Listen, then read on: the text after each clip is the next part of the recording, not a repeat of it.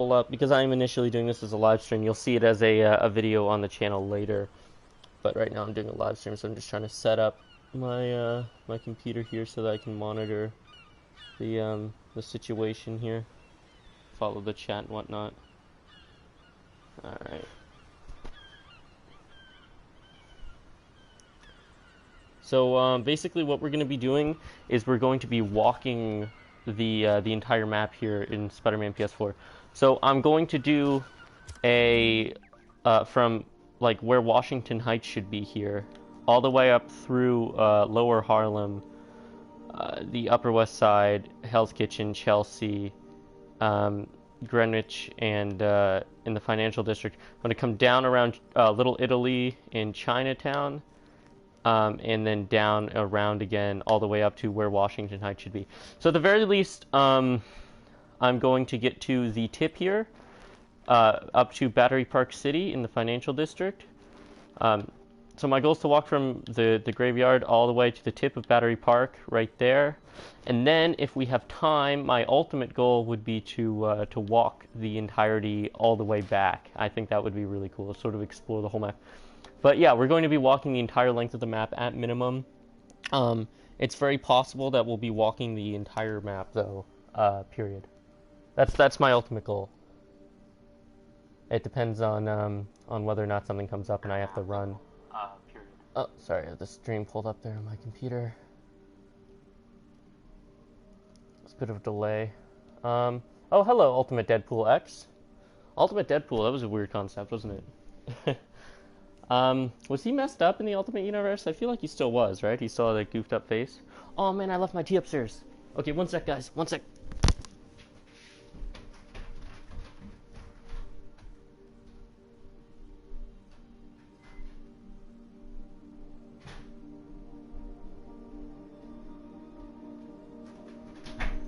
Alright, I'm back. I'm back. I'm back. I'm back. I'm back. I'm not gonna injure my back though, like Toby did. Alright. Alright, sorry about that, guys. Yeah. So here we go. Running is allowed in certain spots on the way back, but my goal is to just sort of walk at a brisk pace the entire map. Because I feel like this map is like sort of unparalleled in its civic detail. So I'd like to really take a minute to appreciate all the hard work that these developers put in here. Like, look at this. There's like little details all over the place. Everything is detailed in this game. It's insane. Anyway, so yeah, my goal... Why are you guys standing over here by the trash and the mattress? That's a really small mattress. But yeah, I feel like the detail in this game, you know, it deserves the appreciation. It deserves my time of day. And I'm gonna explore it, and I'm going to appreciate it. Now, obviously, you can never see everything, especially in one sitting in a video game like this. That's the George Washington Bridge up there, by the way. Gorgeous bridge, gorgeous view of the bridge. There's a sailboat. I love that. I love that sort of detail. Look at the people on their boat. God, what a beautiful city. Anyway, I better get on the move. The friendly neighborhood Spider-Man. Anyway, so here we are being a friendly neighborhood Spider-Man for a little while. It's New Jersey over there. This is the Hudson River. Oh, oopsie daisy. This is the Hudson River. Why does everybody drop to the ground? That's the Hudson River here. Beautiful place. This is originally where Jerry Conway wrote the Death of Gwen Stacy to be, but it never ended up like. Get walking, baby. Hi, Chris. Hey, bud. Yeah, we just started. You didn't miss anything. That's the tip of the map there. Could you like do something? Yeah, I can do something. I can. Look at that. So originally, the Death of Gwen Stacy was supposed to take place here, and it says in the issue 121 that it's the George Washington Bridge, but it was drawn by the artist. I believe it was John Romita Sr. still at the time, to be the Brooklyn Bridge. So eventually that just became the canon. And in many reprints of the comic, you'll see it says Brooklyn rather than George Washington. But yeah, that's the George Washington Bridge in Harlem, home of Luke Cage. We're in Lower Harlem right now, or at least At least we should be technically. Look at all that detail over there. It's kind of like Superman number 700, Grounded by JMD Matei, or not JMD Mateis, by JMS, who wrote Amazing Spider-Man in the early 2000s, from like 2000 what 2001 2000 yeah 2001 to 2007 I want to say. Hey, Spidey. Thanks for not bailing on us. Yeah, no problem, man. Oh. Check it out. Keep their heroes. Gil Kane was the artist on 121. Thank you, sir. Thank you, oddly knowledge, sir. The initiative. Thank you. Yeah. So Gil Kane.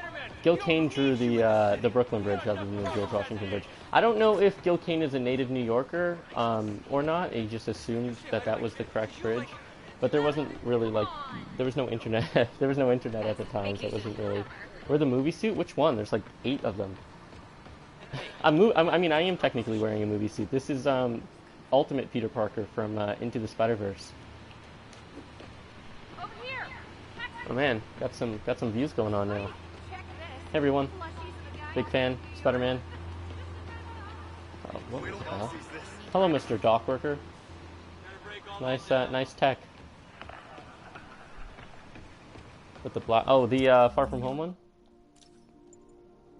And they all look black somewhere along the way. Oh, also there's this one, the stealth suit. But you haven't seen the movie, Chris, so you don't know what that is. Don't worry about it.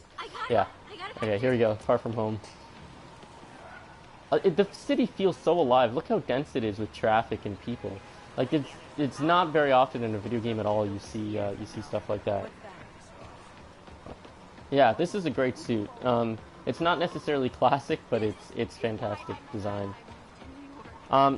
I think the spider is supposed to be a little bit bigger on this one than it was the Homecoming one, but I don't think they did that here. There you go. Look at this. This is like something you wouldn't really notice, this basketball court here, and the water fountain, and all that stuff.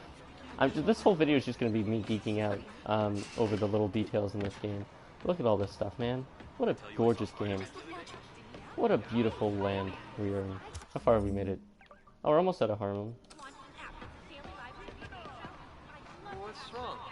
Even the garbage looks detailed. Look at this.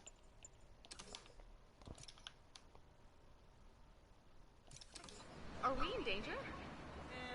You excited for the Avengers game? I actually have a list of stuff. I can see that you're excited for the Avengers game, Mr. Initiative, because you have the A logo from that game on your as your profile picture. Oh, sorry, person. Beautiful area. Yeah, that's on my list of things to talk about here. I've got a little sheet. I've got a Spider-Verse 2, Avengers game, Jack Ryan, and Marvel Spider-Man novel. Yeah, we can talk about the Avengers game. What do I have here? Oh yeah, so the aim tower in Marvel's Marvel's Avengers game. It looks like it's going to be right in the financial district. It's going to be about 2 blocks from Ground Zero, which is a little weird. I think based off the design, it's intended to be a retired Avengers tower, which AIM had taken over. But obviously that's not the case in the comic. The location was not accurate to the comic books.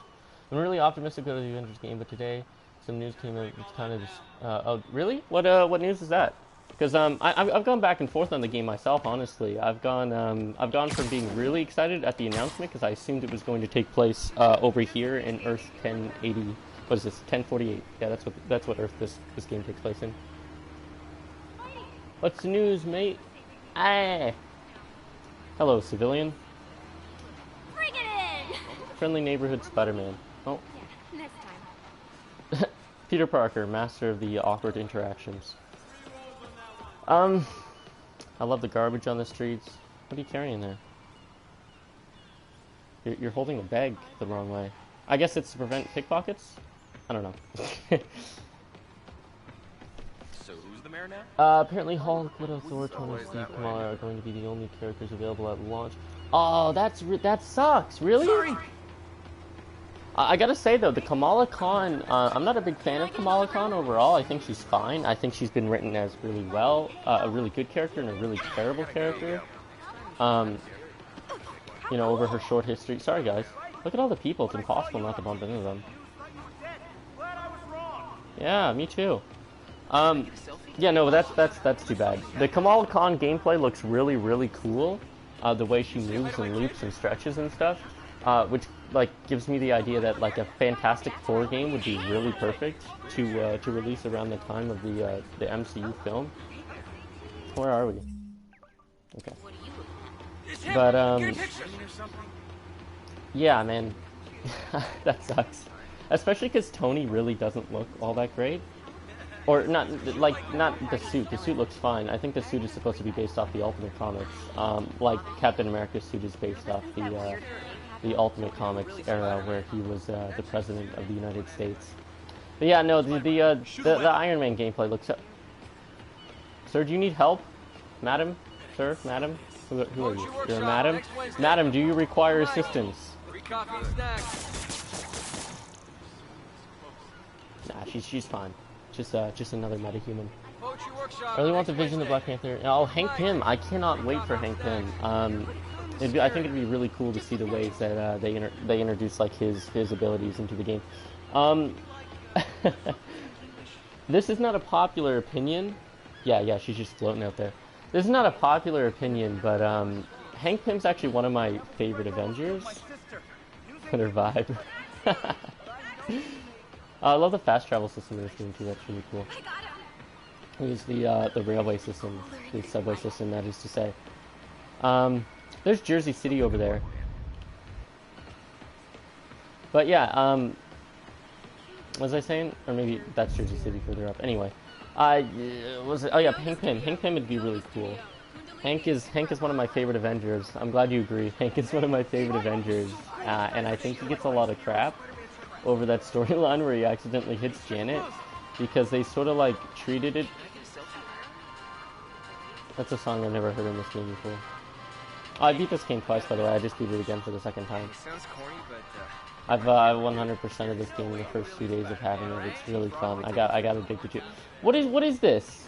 What is with the spawning? What if? Oh, okay, there we go. We got a little kitty pride there, walking through walls and shit. Nice walk on the road here. Less people will spawn out there.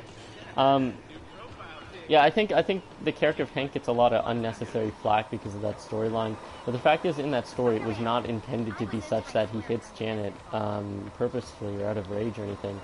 It's like, first of all, at the time, he was literally insane. He had like dissociative identity disorder, and he was going crazy. And like other heroes who've done far worse are perfectly accepted in the comic book culture. So I don't really understand that. But yeah, man, that looks like Doc Ock's base from Spider-Man 2. By the way, that place over there. I'm sure the pier has a number. I don't know what the number is though.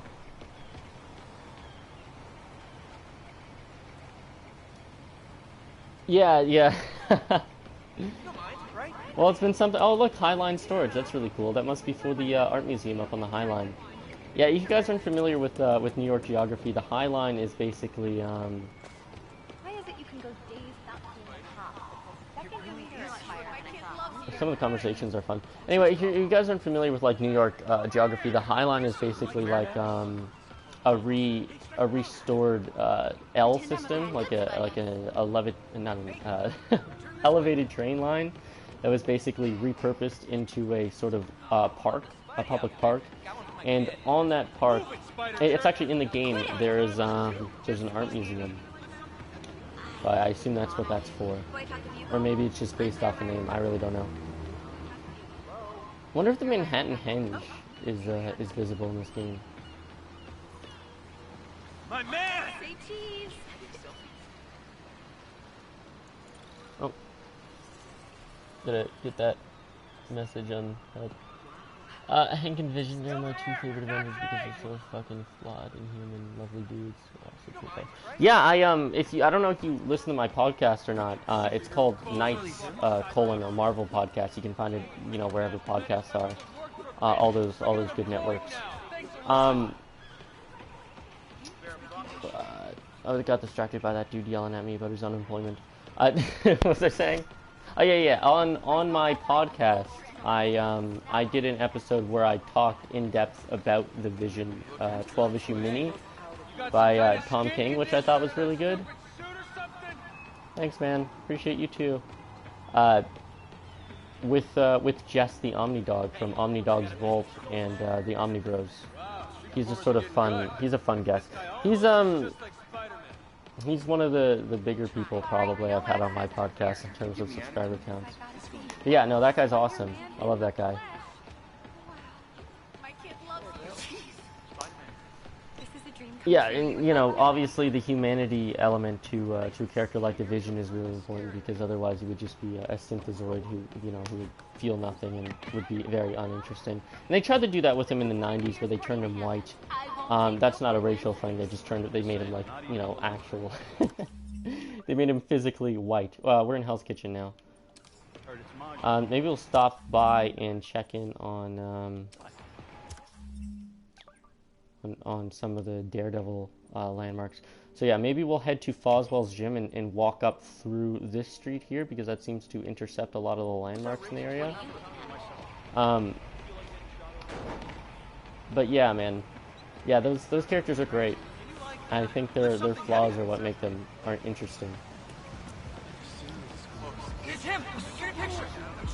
The Vision gets a lot less shit from the other Avengers though than Hank does. Oops, sorry. Poor Fight, guy. good fight, man. By the way, loving the.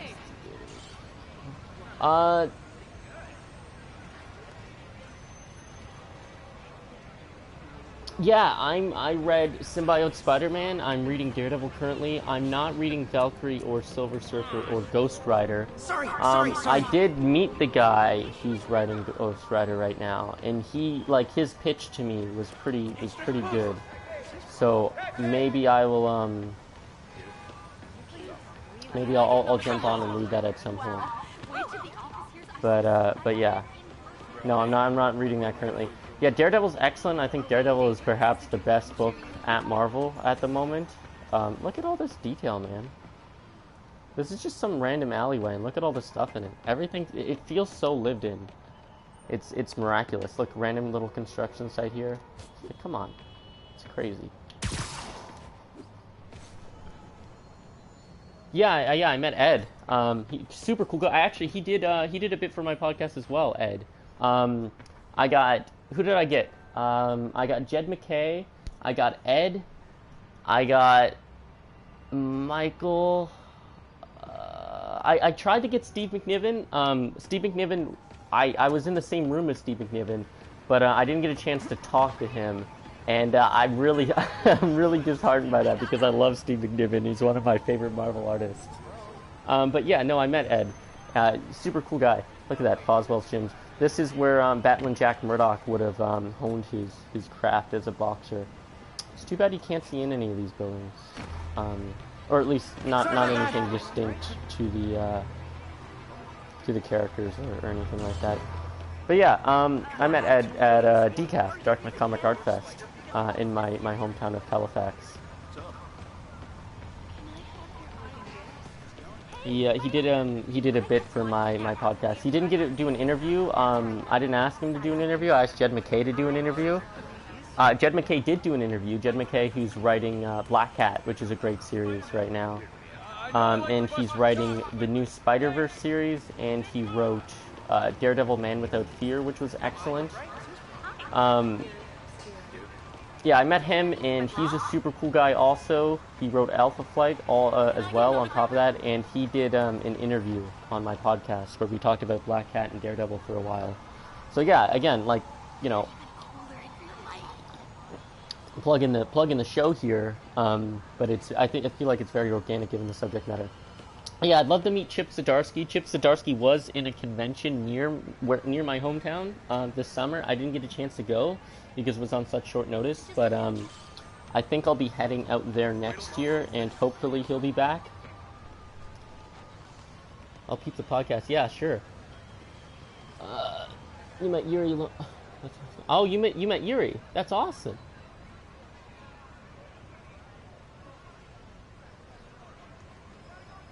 Okay. Go ahead. Enjoy your dinner. That's awesome, man. You meant Yuri Lowenthal. For those watching the show right now and aren't aware, Yuri Lowenthal is the voice of Spider-Man in this game. Down the block, down the block. Discount mattress warehouse. Yo, yo, yo. This right here is Josie's Bar, famous in Daredevil continuity for having a perpetually broken window. So there it is. It looks broken now, but yeah, Josie's Bar would appear in every season of the Netflix series. It's the sort of dive bar that Foggy Nelson and Daredevil frequent.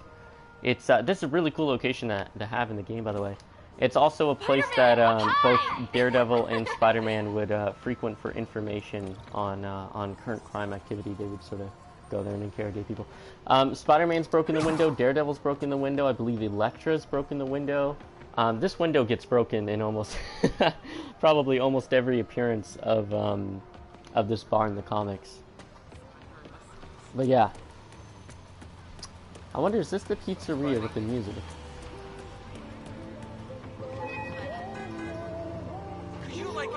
Oh, that's not the right music. That's too bad. I wonder if I stood here long enough. I think this is the pizzeria from Spider-Man 2 that'll play the music, the pizza music. But I'm not 100% certain. It's playing music, which leads me to believe it might be the correct place. Chris was asking me about this the other day, and I couldn't quite remember. Yeah, I mean, I'm not going to stand around and wait for the answer to that, but yeah.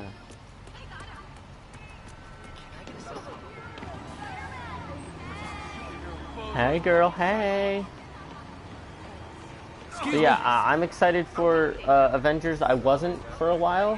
When the E3 trailer came out with the demo level, it looked quite underwhelming, and I was sort of disappointed with the look of the game, the sort of feel seemingly of the game. Alias Investigations. This is of course the home and office of the very charming, very alcoholic Jessica Jones.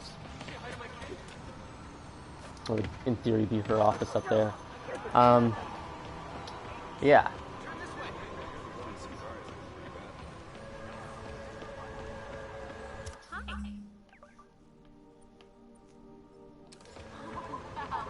I know. I've got my tea here. That's what I'm slurping, by the way, in case you're wondering. Hey, we have another storefront where you could just straight up see in, and people are actually purchasing things and looking around, which I love. Again, the detail in this game is incredible. Is it this church here? I think it's this church here. This is another Daredevil Easter egg. Although it's unmarked in the game, but this would be where Daredevil's mother Maggie, who is a nun, a Catholic nun. This is where she works. So there's that. Look at everything in this game, man. This is a beautiful game.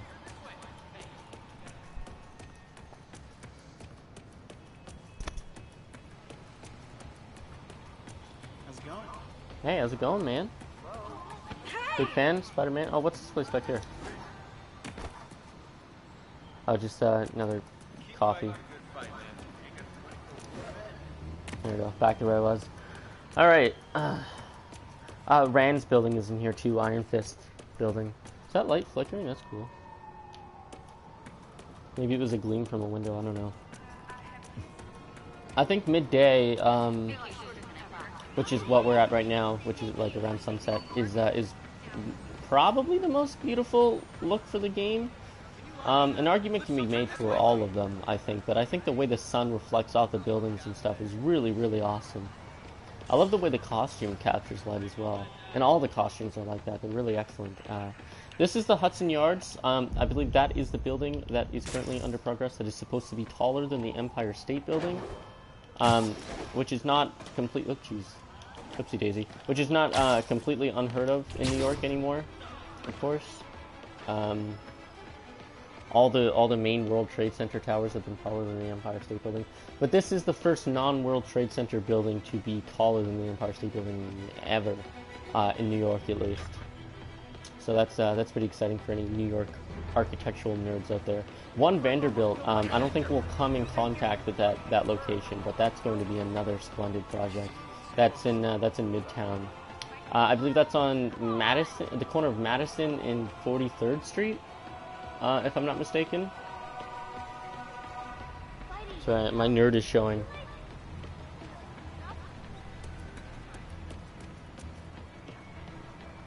What else do I have here? Oh yeah, Jack Ryan. I was watching the first 2 episodes of Jack Ryan.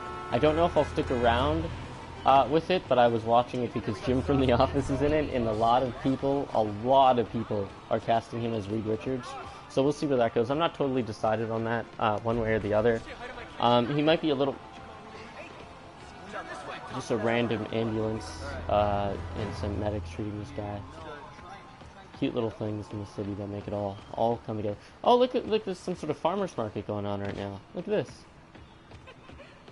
Oh, look at the, oh, wow. Wow. Look at this, Chris. This guy's selling books, this guy's selling paintings, and they're like unique paintings I've never seen anywhere else in the game. That's awesome. I mean, those two, some of them are duplicates here, but I haven't seen those paintings otherwise. What's this guy selling? Oh, I don't know what that is.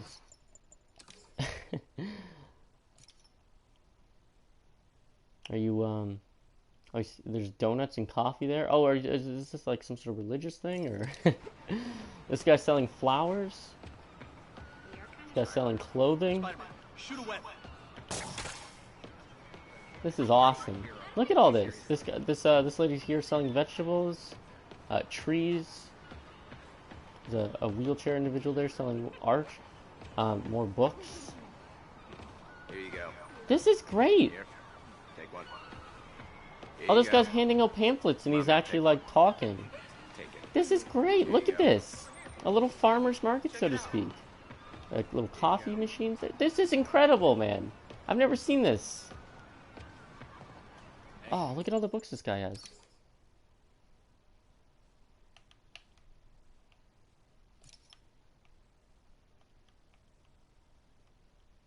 That's great.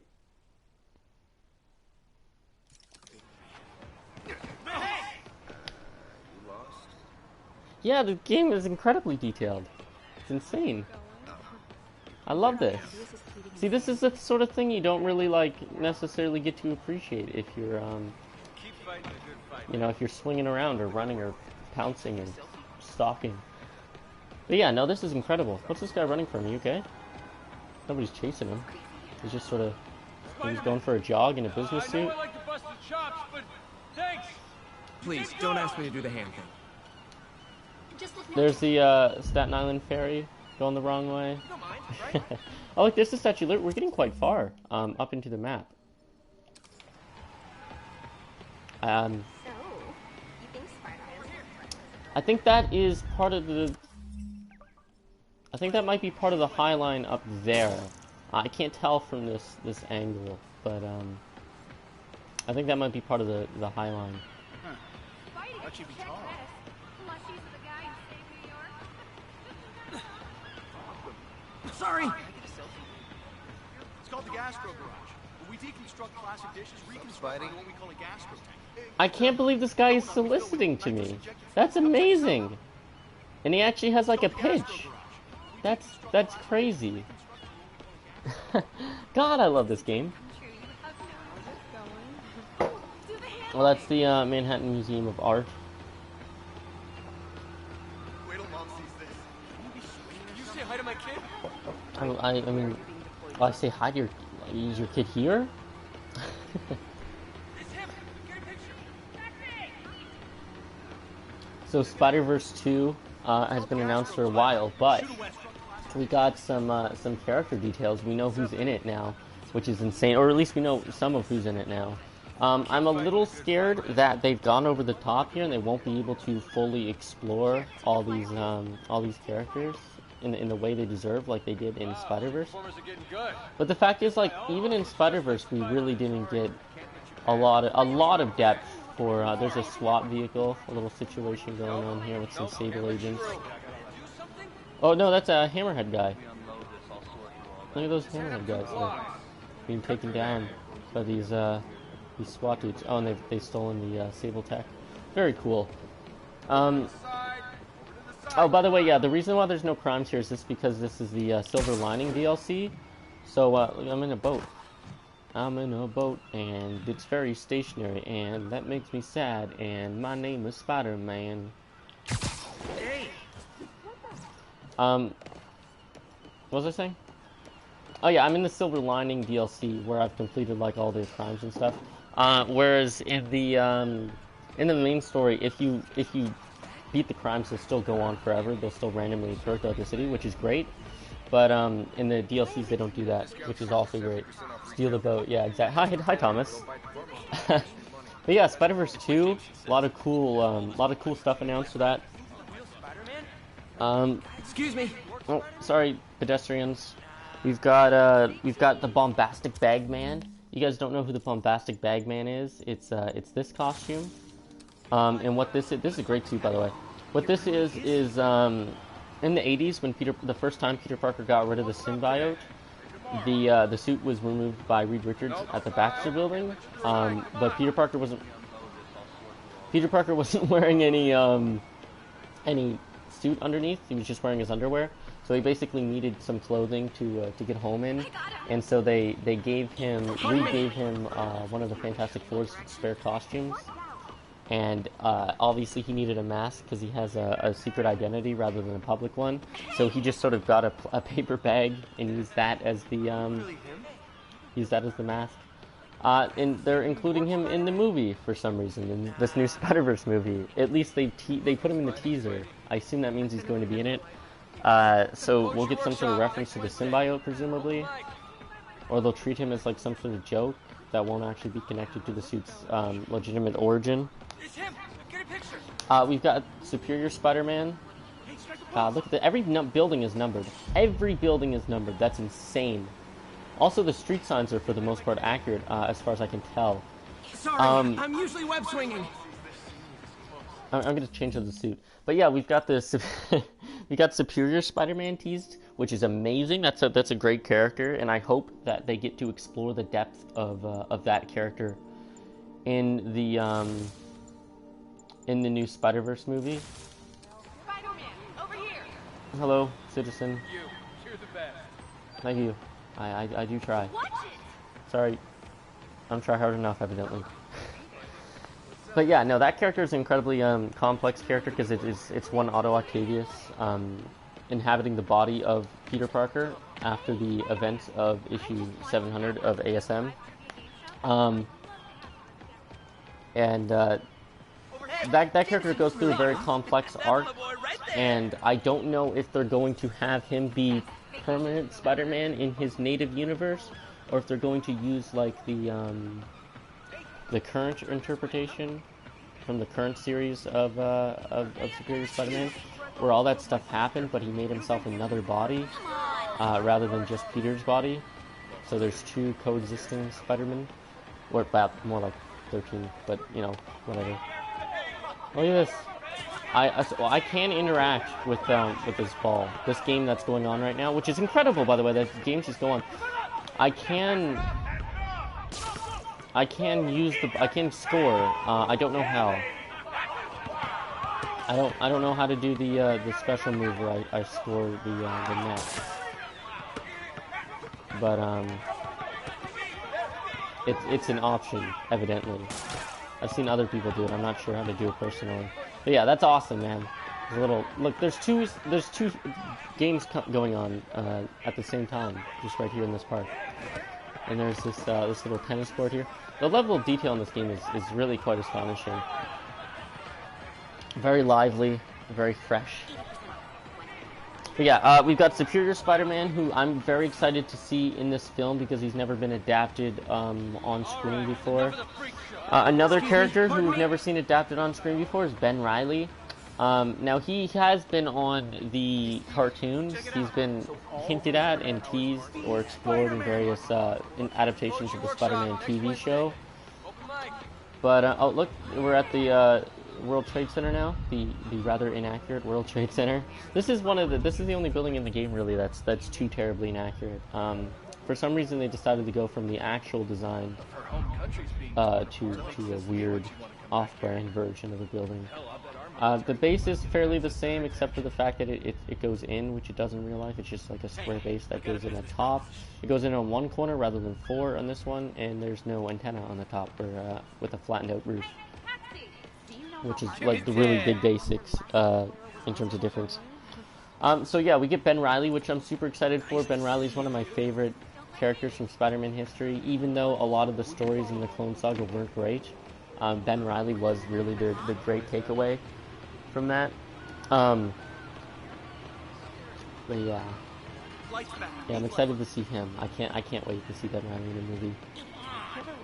He's the clone of Peter Parker, for those of you who don't know, and he would eventually Scarlet Spider is his name, and he would this is his costume. You've probably seen it before. This is Ben Reilly. And he's never been explored on film or anything like that, and he was Spider-Man for a while. His Spider-Man costume is one of the best designs, I think, when he actually, not so much this one's great, but when he actually takes up the title, the mantle, if you will, of Spider-Man, his costume that he wears, designed by Mark Bagley, is nothing short of incredible. It's awesome. It's evocative of the original suit. It's unmistakably Spider-Man, and yet it's very unique and different in its own sense. We've also got Silk, who I don't really care about Silk. Nobody's really made her interesting. Dan Slott certainly didn't make her interesting when he introduced her, and as far as I know, nobody's really done much with her since. She's had a couple solo series that sort of got canceled immediately. But yeah, she's not an overly interesting character in my opinion. But she'll be in this new Spider-Verse movie, which I don't mind, I guess. It means my 2 copies of Amazing Spider-Man number 4 will go up in value.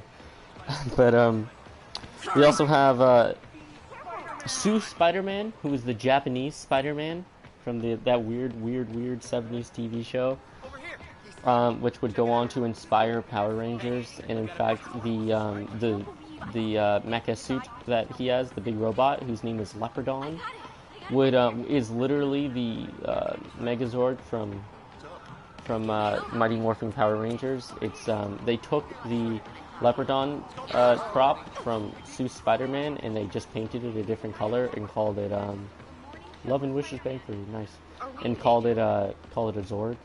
But yeah, no, it's literally the same prop, just like Mama's. Get back to the street here. Oh, sign twirlers, I love those guys. Keep up the good work, man. Thanks. Swinging or something? Great work, Spider-Man. Jameson warned us about you. And then we've got Spider-Punk. He's called Spider-Man in the context of his universe, but he's sort of affectionately nicknamed Spider-Punk. His costume's in this game as well. Look at that, that's awesome. He is Hobie Brown, and he was co-created by Jed McKay, who I mentioned earlier. I interviewed on my podcast. So, oh, Gosh darn it! you totaled your car, and gosh darn it is the best you could muster. Anyway, look at this. This is incredible. Look at these little random things that happen when you're just walking around on the street. This is just random car accident. You know, you don't see this sort of stuff in most games. People just standing around taking pictures of it. That, if anything, that's the most realistic part of the game, is just people are standing around in a time of crisis and just taking pictures of this clearly total vehicle. We're at Battery Park, by the way. So that means we've gone all the way from the most northern point of the map up here in what should be Washington Park, or Washington Heights rather, right before you get to the Bronx. We've gone through Harlem, the Upper West Side, Hell's Kitchen. We've gone through Chelsea, Greenwich, the Financial District. Now we're in Battery Park City, and we're going to be going around to Little Italy and Chinatown, and et cetera, et cetera. But yeah, yeah, I mean, Spider-Punk is a cool character, and I wish there were more comics about him because he's great and his universe is really interesting. But yeah, if you wanna see, we actually talked a little bit about Spider-Punk in my interview with Jed McKay, co-creator of Spider. Look at a yoga class. This is this game, man. Anyway, in my interview with him, we talked a little bit about the origin and conception of Hobie Brown's Spider-Punk. So if you're interested in that, go listen to that episode of my podcast. But yeah, what a great game. Anyway, so we're gonna head north now. Start making our way back to Washington Heights. That's Jersey City over right over. Come on. That's Jersey City over there, by the way, and that's Liberty State Park, or it should be Liberty State Park. I don't believe they included in this game. If you watched my last stream, but yeah, that's Jersey City, which is cool. Everything, like even outside the map, everything is really detailed, which I find quite astonishing and quite impressive. That's Governor's Island over there, rendered in gorgeous detail, which is really, I appreciate that because you don't see Governor's Island in many games that take place in New York.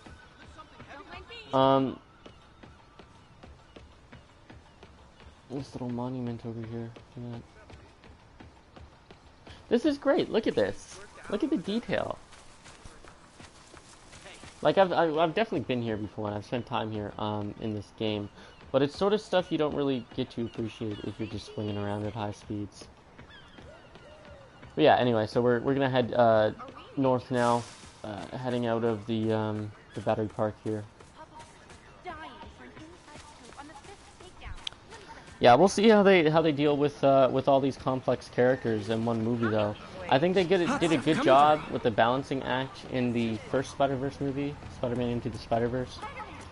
But I mean, that was like there was only like a few main Spider-Man characters, and we didn't even get really to explore the depths of Penny Parker or Spider-Ham that much. Not that Spider-Ham really has that much depth to dive into it. But nonetheless, where's the Roxxon building? It's somewhere here. We'll get to it. But nonetheless, man, now that there's so many Spider-Man characters, I don't know that there's the Roxxon building. That's the Roxxon Corporation. They're a very evil entity inside of the Marvel Universe. But yeah, no, I'm really concerned about the creator's ability, or the writer's ability to sort of explore fully into the amount of depth that they should be able to, all the characters in this film. Seaport, okay. I thought that might have been an Easter egg. Yeah, we'll see how that goes. Hopefully it goes well. I'm really excited for the new movie. I just hope that everybody gets the justice and the time that they deserve, which I guess is all you can hope for. There's the Future Foundation costume, by the way. I'd love to see a Fantastic Four Spider-Man show up in a future Spider-Verse movie. This is Spider-Man's costume when he finally officially joined the Fantastic Four full time.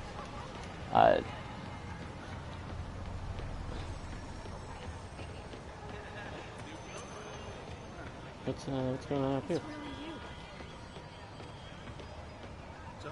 Very cool.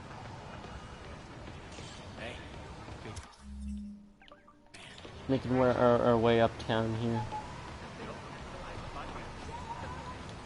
Yeah, I'm worried, but at the same time, I was worried about how the characters would all be handled in the first film, and they did a stellar job with that picture. So hopefully probably this one will be good also.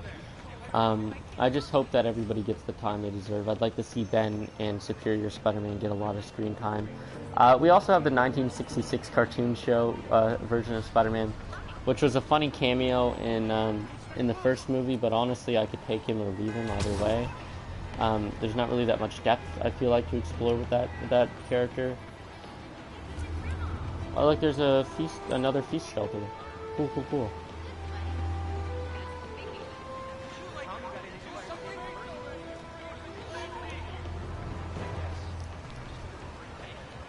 Yeah, one of the things I wanted to talk about though, in terms of the Avengers game, was that like, I don't know how much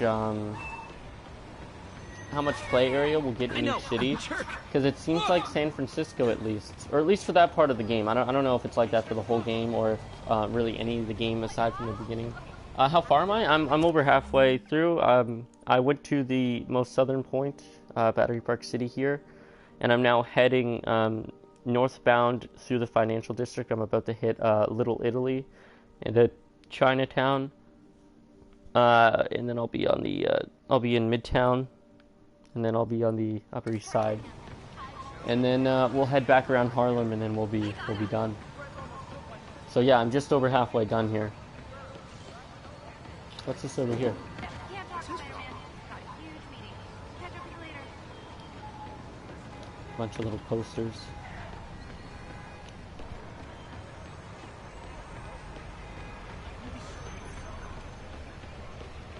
We've been doing this for about 45 minutes so far. It would have taken much longer. I sort of decided to stop looking at so much of the detail, as I do want to get through this before the end of the night. But yeah, no, we're certainly picking up pace now that we're sort of.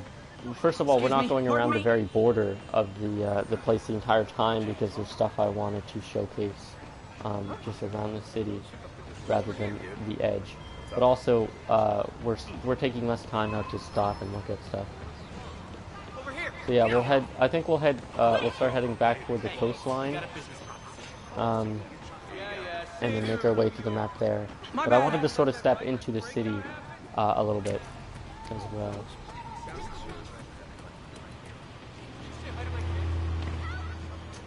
Love the random scaffolding and stuff throughout the city. Makes it feel like authentic New York, you know, because you see in cities and stuff like the scaffolding on the streets and various.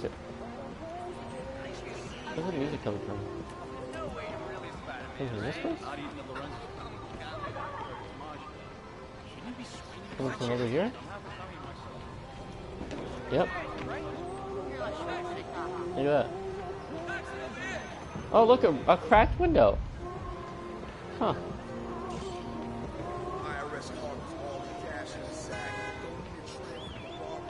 Is there anything on this roof of consequence, I wonder?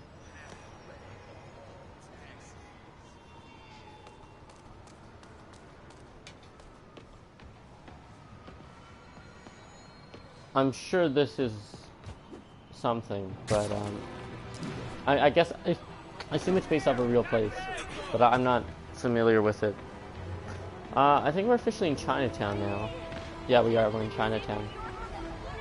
I love the flavor, so to speak, of Chinatown in this game. It's really detailed. It's got its own feel. It's got its own environment. Everything has a distinct look and style that's different from everything else in the city. And Little Italy has that too. I think Little Italy would be around here.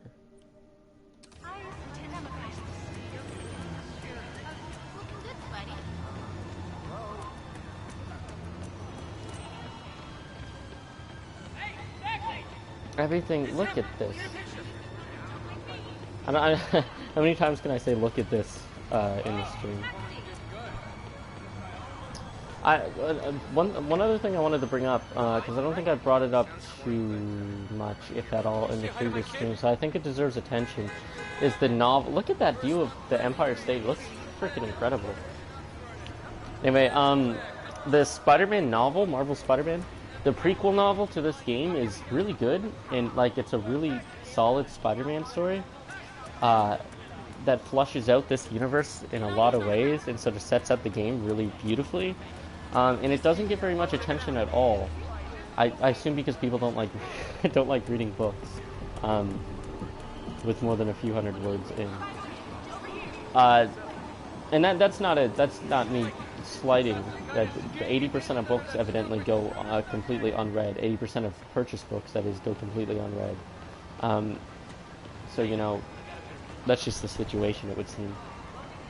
But yeah, no, it's a solid novel. It's a solid story. I'd recommend it to anybody who really likes this particular continuity, Earth 1048.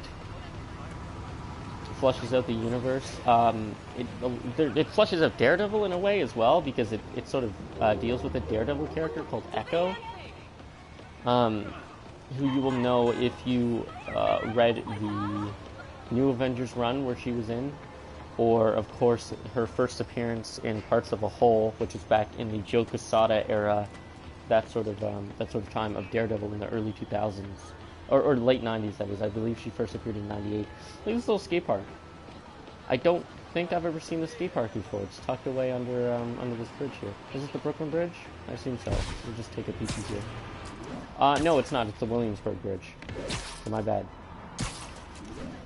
So we've gone a little bit past the Brooklyn Bridge, actually. It seems we've made a little bit more progress than I'd expected in terms of our return trip. But yeah, so we've gone past the Brooklyn Bridge over there, followed by the Manhattan Bridge, and now we're at the Williamsburg Bridge, so that leaves the Queensboro Bridge as the next bridge. Okay, that's a previous comment. So yeah, no, I recommend that novel. It's really good. It deals with Maya Lopez, who is, of course, Echo from Daredevil continuity. She gets a lot of time to flesh out her character and story, more time than she's actually gotten in the comics. And she becomes a really interesting character and a sort of interesting component of Peter Parker's life in this universe. There's a lot of great stuff with the Kingpin. There's a lot of sort of reference to the history between Spider-Man and the Kingpin in this game. And we get to see some of that take place in the novel. And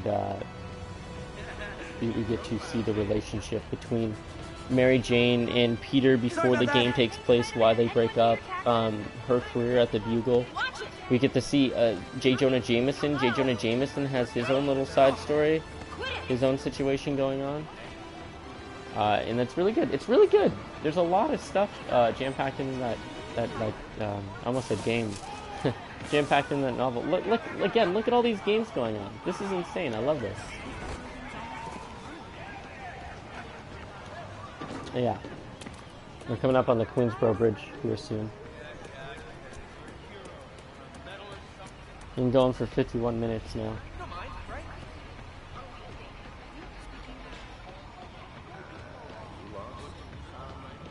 Pardon me. Please, don't ask me to do the hand thing. You got a business proposition, huh? I love the leaves. Between Spider-Man and Norman Osborn. Just as natural. Sorry, between Spider-Man and Norman Osborn, what? This is a dream come true. You have no idea. See the game last night? I couldn't hear what she said. My bad. Hey there. Check it out. Spider-Man, over here. Spidey. So I was trying to listen into the credits. I'm not actually familiar with this dude. Fighting a good fight, man. New profile pic. Oh, 3 likes. Thank you, guys. Hey! You say hi to my kid? If your kid was here, I'm not gonna follow you to your home. We're approaching Midtown now, soon. And change costume again. There's Mangaverse Spider-Man, the weird suit. I don't hate it, but it's so weird. Oh, let's wear the Parker Industries costume. That's a nice suit. I love that suit. The green glow's a little weird on the spider, but yeah, no, this is a really nice suit. This is the 3rd time Spider-Man attempted to build like a high-tech armor, and it was great. Like it's insane. Peter Parker's just ability to build incredible gadgets, incredible technology without like much practice. Because Tony Stark's sensory equipment in his Iron Man suit is evidently less advanced than this suit, and this is only Peter Parker's 3rd attempt at building. And I say attempt because like, Wait till Mom sees this. you know, it's just his 3rd, Mark III basically of the spider armor. The first one being the Disco Ball of Justice. Or maybe this is Mark IV, actually. Yeah, this is the Mark IV. So this is Spider-Man's 4th armor, and I think Tony Stark's on like Mark 52 in the comics right now. Either way, very impressive tech, very impressive suit, all things considered. Because the previous 3 versions of Spider-Man's suit he built on like no budget at all, and they were meant to be just like temporary combat suits. But this he actually built to last and to be, you know, he built it with a budget, and so it ends up being quite freaking impressive. I'm this close to getting my CPA. This suit here, the big time suit, this has cloaking technology that is like unparalleled. It literally warps light and sound waves around the suit to render it invisible and inaudible, which is like freaking insane. And he just whipped it up on a limb. Could you, like, do something? I'm like, Diet for an inside scoop on the Fisk takedown. Inside, I'm sorry, I already got a reporter. Her name's Mary Jane Watson. She's got all the exclusives, I'm afraid. This is a dream come true. turn this way. Oh look, this is unique. I've never seen this before. It's very cool. Quick interview for my blog. Explosion handshake. Oh, you just stepped on the rat. The colossal rat. Keep fighting the good fight, man. Thank you. Wonder if the coffee bean's in this game. I assume it's somewhere near ESU. That's where I would put it. Somewhere in Greenwich. Because that's where Peter Parker, Mary Jane, Gwen Stacy, Harry Osborn, Flash Thompson, in college, that's where they would all hang out. Excuse me. Sorry. That's where they would all hang out in college, and it's sort of like an iconic location for in Spider-Man continuity. But yeah, oh look, actually here's an ad for it right here, the coffee bean. There's several references to it in the game, but I wonder if it has a physical location somewhere in Greenwich. Sorry I'm about curious to see that. I'll have to scour the ESU Washington Square Park area to see if it is indeed there. Oh, are we approaching the United Nations? Gorgeously rendered in this game, by the way. So yeah, we're in Midtown now. That's the Chrysler Building that was built in 1931 at the same time as the Empire State Building. And they were in a race to be the tallest building in the world at the time. And so the only reason the Empire State Building has the spire it has, or initially the conceit of the spire, was evidently to just add height to the building. So originally in the designs there apparently was not going to be any sort of spire at the top of Empire, but they added it later on in the design process in order to beat out the Chrysler Building here. And this is obviously the United Nations building here. Very important building. One of the most secure buildings, I imagine, in the world. And it is the primary headquarters of the United Nations. And I think I'm sure everybody knows what the United Nations is. Yeah, beautifully rendered in this game. I believe it was at the time of its construction, it had like the most glass out of any tower that had been constructed before. At the very least, it was like one of those very top buildings in that category. I'll just sort of web zip up here and then we'll go back to the spot. But yeah, see how it's like completely covered face to face with glass here.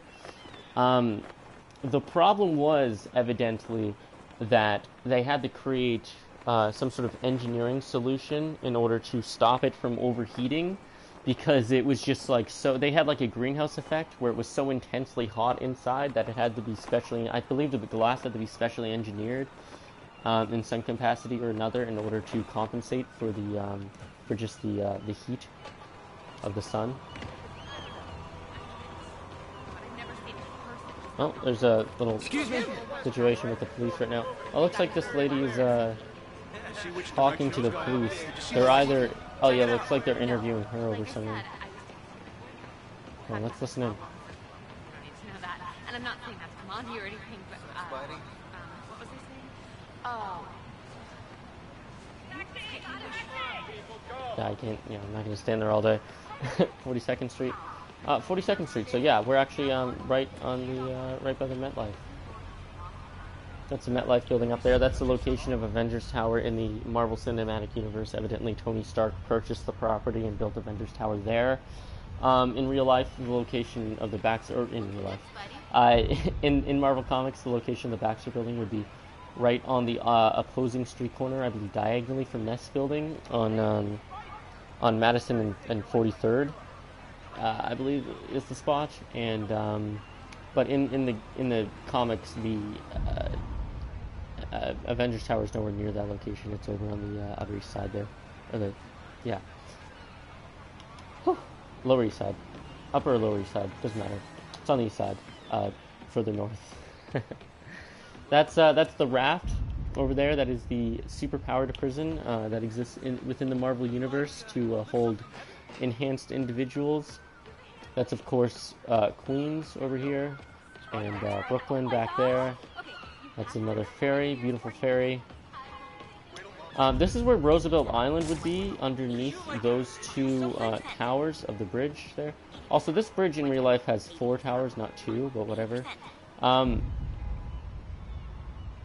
Yeah, so this is where Roosevelt Island would be.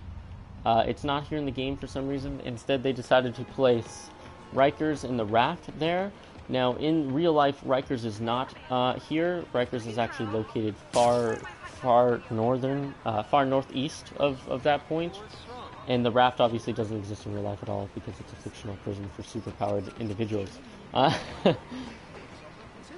now this is cool. This is something I really love about the game, is the steam coming up from manhole covers. It's often theorized that the steam in New York... there's got to be an objective answer, obviously. I'm not 100% sure what it is. I believe it's either the steam... depending on the location, it's either the steam output from units like washers and dryers and in ventilation. In this game, where it's coming up through the cracks in the streets and stuff, I believe the real-life explanation for that is that they use radiators oftentimes in most older buildings in New York, and the situation with that little cute animal, the situation with those is that obviously it uses water as a heating system, and it heats up the water and that radiates outwards, and that's where it gets its name. But obviously the evaporated water, that is to say the steam, has to go somewhere, so it's vented out into the streets.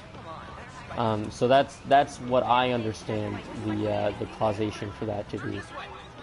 I'm sure this is terribly uninteresting, but I thought I would share that. Of course, this is the Queensboro Bridge, which leads into, beautifully rendered. This leads into Queens, obviously. Funny that. Yeah.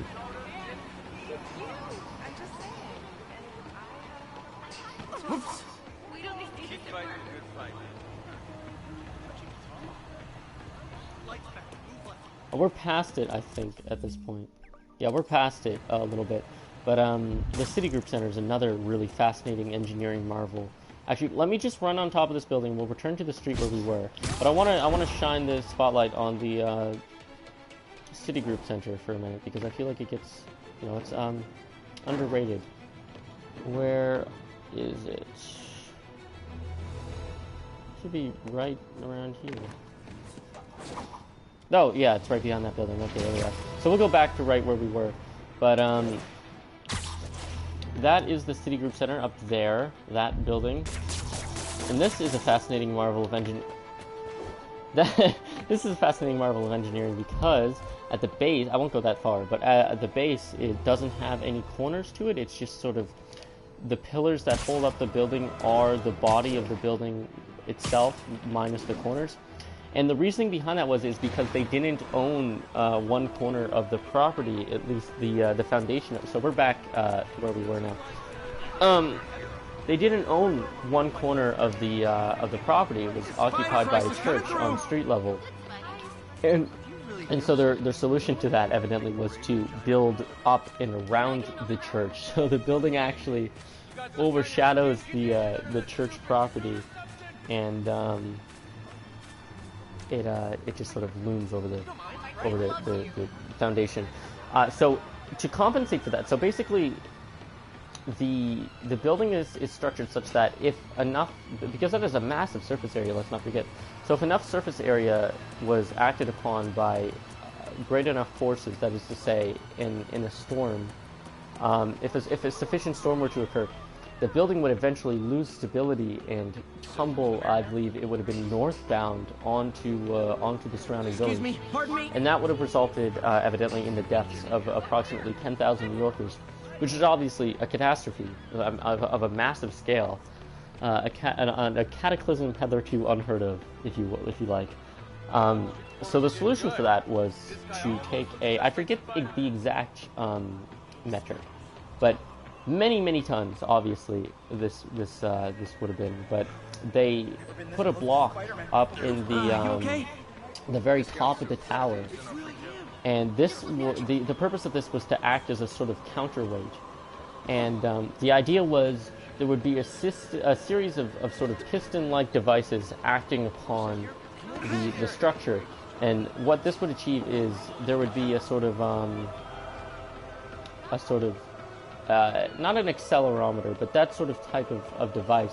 That's Avengers Tower, by the way, from this angle. It's based off the comic book design, and it's really nice. I like it a lot. But that would basically shift the center of mass, or the center of gravity of the building, to be to the opposing weight to an equal amount. Sorry, to the opposing side of the force acting upon it to a proportionate amount. So what that means is, if there is a force acting upon the building that would cause it to flex by, say, 2 degrees northbound, the counterweight would shift such that it would counteract that effect, shifting it back 2 degrees into its default, into its 0 position.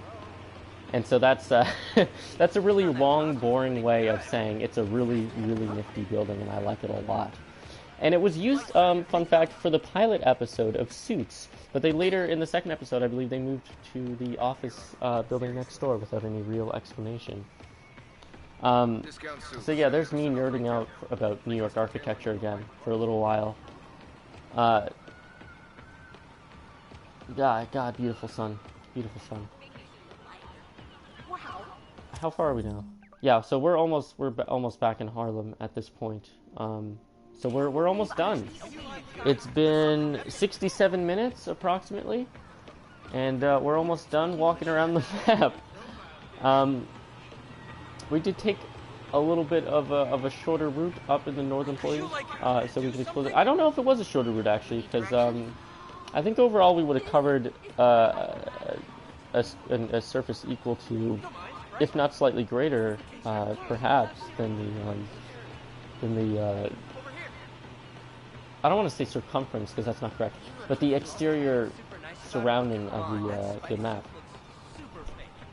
Spidey suit looks super fake. Bitch, this is made of, like, some sort of titanium alloy. Anyway, Here you go. Here. Nah, can't be. Too short to be Spidey. Hi. It's him! Get a picture! Hang on, okay? oh, that's Alchemax. That's an Alchemax location. Alchemax shouldn't exist in this game, but it does nonetheless, which is fine. But originally in the comics, Alchemax was the corporation that employs Miguel O'Hara, who's the Spider-Man of 2099. I'll actually throw that suit on for a minute as we pass by. This suit, by the way, is created by this suit is composed of unstable molecules originally invented by Reed Richards, leader of the Fantastic Four. But in the future, they're commonplace. Unstable molecules. I used to say, oh, look at this light shit. That's awesome. The freaking detail, man. Anyway, yeah, it's really neat to Spider-Man. Hey guys, Spider-Man coming through. And I'm walking here. Yeah, this is an Alchemax facility, which is cool. It's a cool nod to that. I just launched an app that's a daily live trivia game show. Oh, hello, person. New York's a weird place. Look at that, Alchemax. Really Spider-Man.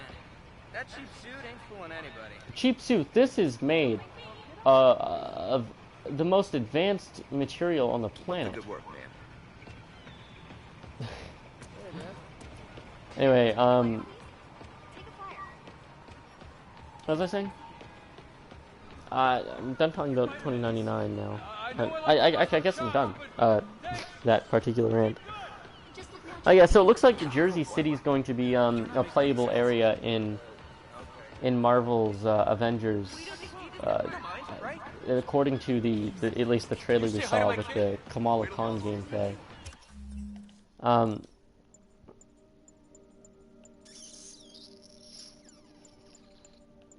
But I mean, I don't know how well that bodes for the rest of the map, because it doesn't seem like. Let's wear the rainy suit, I guess. New yoga studio. New yoga studio. Kundalini, Vikram, Hatha. Hey, Spider-Man, New anyone yoga pay your studio. taxes? I'm this close to getting my CPA. Turn this way.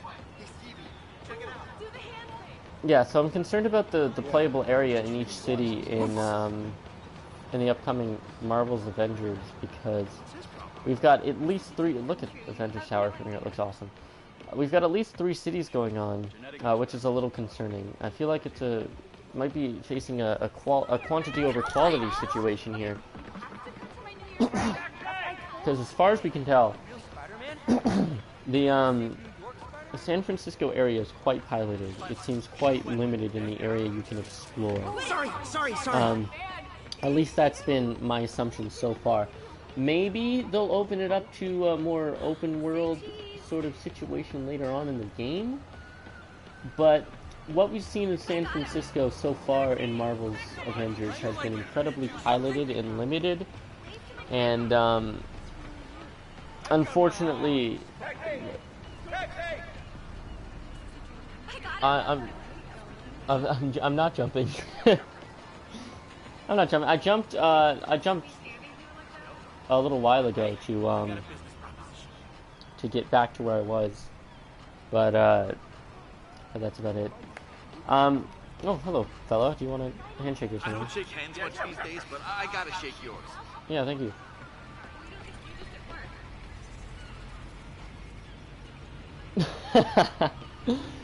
I don't know how the I gotta get over that. I don't know how the situation is with the cities, because if we're dealing with Jersey City, we're dealing with New York City, we're dealing with San Francisco, we're dealing with some sort of desert area, maybe in you're a smart dude. Thank you. We're dealing with some sort of desert area, I presume somewhere in Nevada, maybe? That seems to be a fair, even point, because the game takes place partially in California. It starts in California. Nevada would be the closest desert state to San Francisco, if I'm not mistaken about that. I'm not from the States, so I'm making a somewhat educated guess. But yeah, it would be my assumption that there is some degree of piloting. They do say that there's going to be an open world aspect, although I don't know how extensive that will be given the situation I previously stated. Maybe in the future DLCs they'll add a little bit more terrain, because as mentioned earlier, it would seem evidently that the only initial characters at launch are going to be the primary Avengers from the films and Kamala Khan.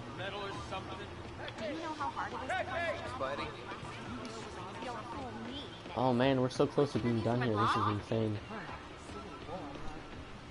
73 minutes so far. A man bun. I know. I'm a jerk. Sorry. Yeah, we'll see. I mean, I can't the fact of the matter is we simply don't have sufficient information to make any real conclusion yet. I'm just guessing based off the what we've seen so far. It seems to be fairly piloted, and to run a mile, we'd have to scale it, right? So I guess we could. It'd be really difficult given that this game is not to scale with actual Manhattan. So you'd have to sort of figure out exactly what the scale is, and then try to calculate based off of that, what a mile would be in game, and then sprint it. But yeah, no. I'm excited for Marvel's Avengers, but I'm cautiously optimistic.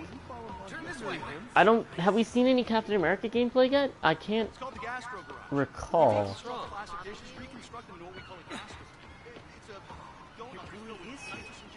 Yeah, no, of course. I mean, Spider-Man, like, in actuality, Spider-Man can run at, like, ridiculous speeds that would, like, in a realistic scenario, kind of nullify his need for webs. But I guess the no prize explanation would be that Spider-Man does it as a sort of way to survey the city from a height, and if he were running rather than web swinging, he wouldn't be able to maneuver over buildings and take shortcuts and stuff like that.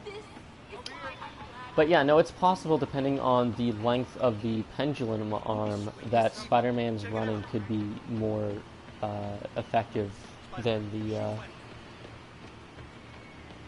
Yeah, 200 miles per hour. That's the comic book metric I've heard as well. Really him?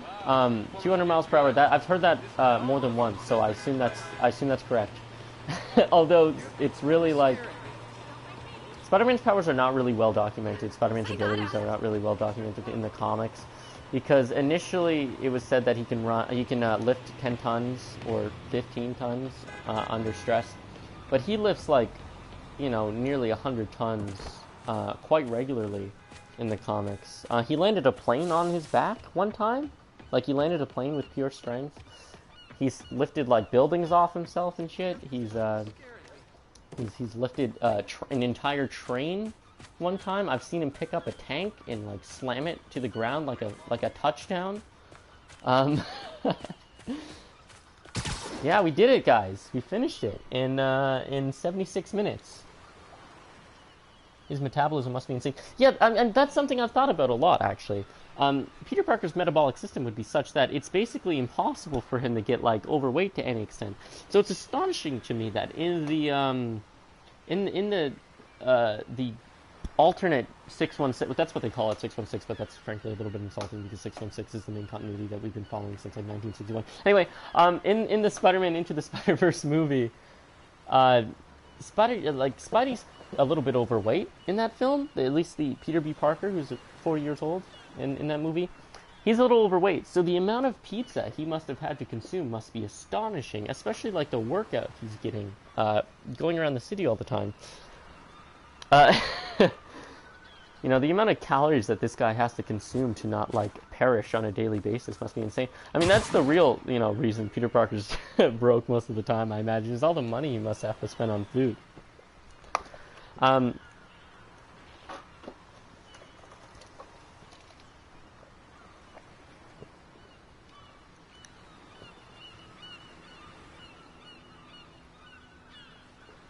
How old would he be in continuity? In continuity, Peter Parker's 27. Although that's subject to fluctuate as time goes on. Because he was 28 a few years ago. He was 28 a few years ago because it was stated that it was 13 years since he became Spider-Man in Dan Slott's ASM Volume 4, Volume 3, Number 1. It said 13 years, but in Chip Zdarsky's either Spectacular Annual or Spectacular 300, somewhere around there, it was stated to be 12 years since he became Spider-Man.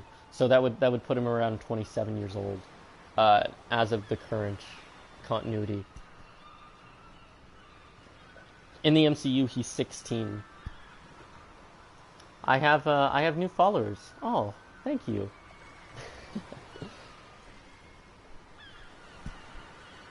But yeah, Peter Parker's 40. He's 26 when he dies. Ultimate Peter is 26 when he dies in Into the Spider-Verse. Ultimate Peter is 16 when he dies in 1610. That is to say, the original Ultimate Universe.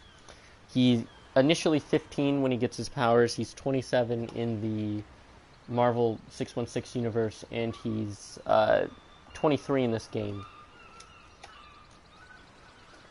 Is he immortal?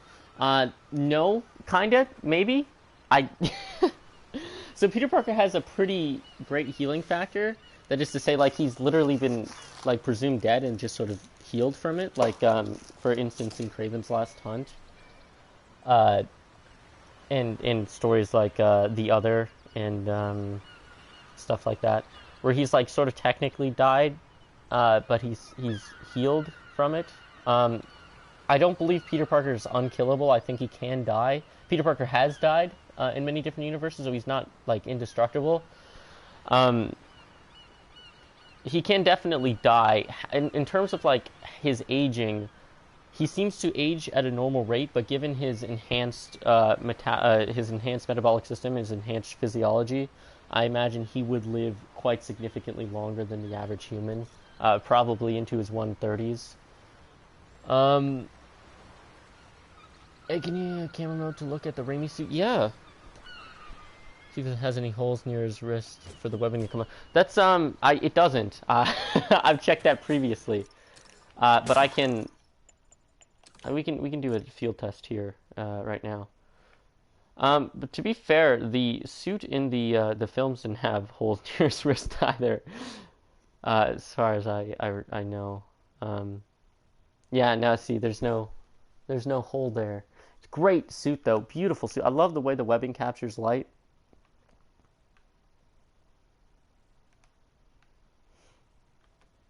Yeah, but unfortunately, there's no hole or slit or anything in his wrist there.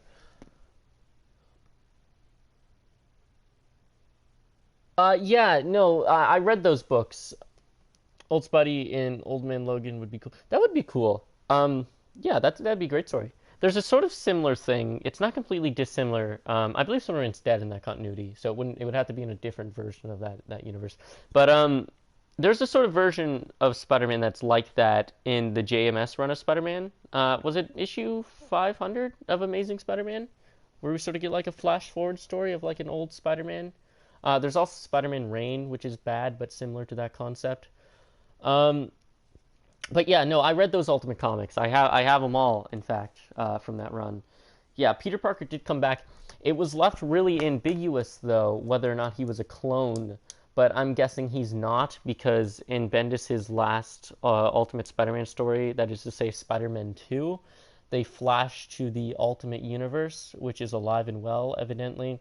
And Peter Parker's leading the Ultimates in that universe. He's the leader of the Avengers, and he's alive and like 19 or something.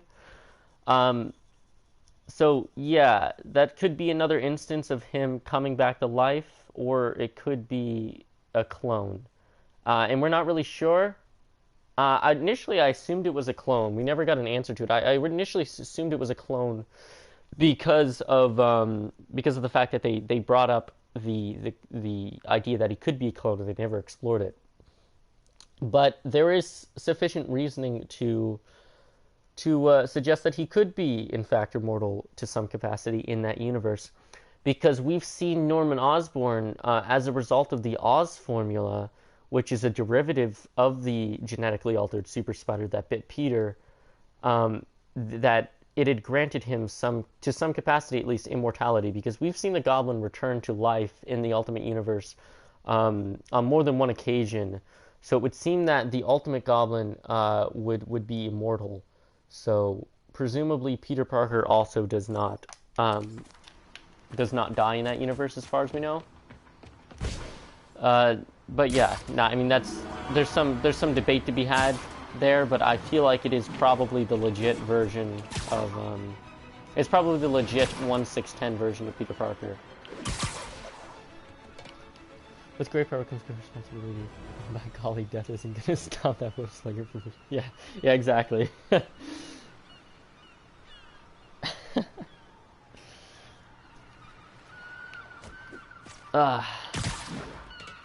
Anyway, so I think that's it. We've done our journey. We've had a bit of a chat. I could do more of these in the future. I really, really, really like streaming. Yeah, no problem, man. I really enjoy streaming, and I really enjoy interacting with everyone. It's not very often you get to have, like, comic book conversations, at least in the place where I live, because there's no the place where I live during the school year, there's no comic book store or anything like that, so comic books aren't as big a deal. So yeah, no, tune in next time. I might be streaming Deadpool next time. I really don't know. I said that last time, and now here I am streaming Spider-Man again. So we'll see how that goes. But yeah, no, I really enjoyed this. So thank you guys for having a conversation with me, playing some video games and hanging out. So yeah, I'll talk to you guys later, man. Bye. Tune into my podcast and my videos and stuff. I assume if you're watching this, you're already subscribed. But I could be wrong. It could just be suggested. But yeah, we've successfully completed our mission, and on that note, I think I'm gonna end it, guys. So I'll talk to you later. Thank you for tuning in.